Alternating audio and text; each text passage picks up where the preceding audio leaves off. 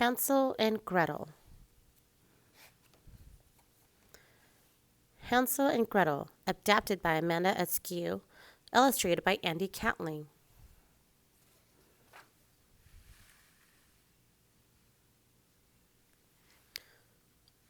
Once upon a time, Hansel and Gretel lived in a tiny cottage with their father, a poor woodcutter, and their cruel stepmother.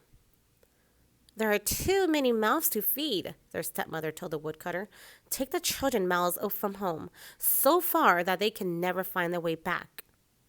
Overhearing the conversation, Hansel slipped out of the house, filled his pockets with pebbles, and then went back to bed.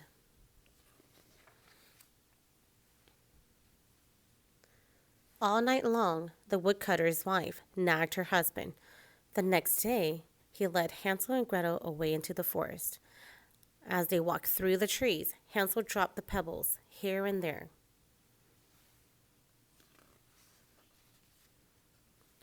Suddenly, the woodcutter slipped away and the children found themselves alone. Gretel began to cry. "Don't cry," said Hansel. "I'll take you home, even if father doesn't come back for us." Luckily, the moon was full that night, and the pebbles shone brightly in the moonlight. The children found their way home and crept through a half-opened window without waking the parents.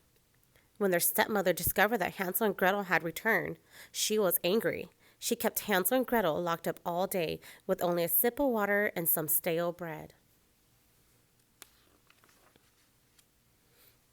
When morning came, the woodcutter led the children out into the forest once again. Hansel, however, had not eaten his bread, and as he walked through the trees, he left a trail of crumbs to mark the way. Again, the children found themselves alone. "Don't worry, I left the trail, like last time," Hansel whispered to Gretel. Sadly, the little boy had forgotten about the hungry animals in the forest. In no time at all, the crumbs had all been eaten. Later that morning, they wandered through the forest. On and on they walked, till they came upon a strange cottage. "This is chocolate," gasped Hansel as he broke a piece off the wall. "And this is icing," exclaimed Gretel. The hungry children began to gobble up pieces of the cottage. Quietly, the cookie door swung open. There stood an old woman.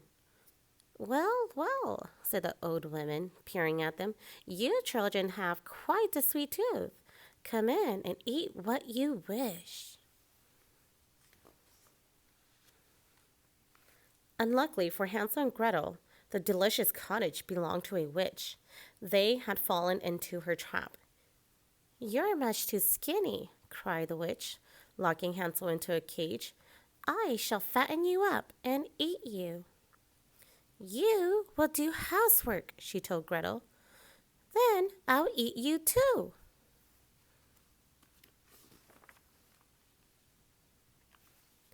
Each day, the witch would feel Hansel's finger. The witch couldn't see very well, so he held out a chicken bone. "Too thin," she complained.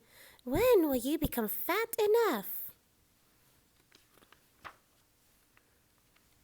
At last, the witch grew tired of waiting. "Light the oven," she told Gretel. "We're going to have roasted boy today." When the witch bent down to see if the oven was hot enough, Gretel gave her a great big push and slammed the oven door shut. Free at last, the children stayed at the cottage, eating candy. After a few days, they found a huge chocolate egg filled with gold coins. "The witch is gone now," said Hansel. "We'll take the treasure home with us, to father."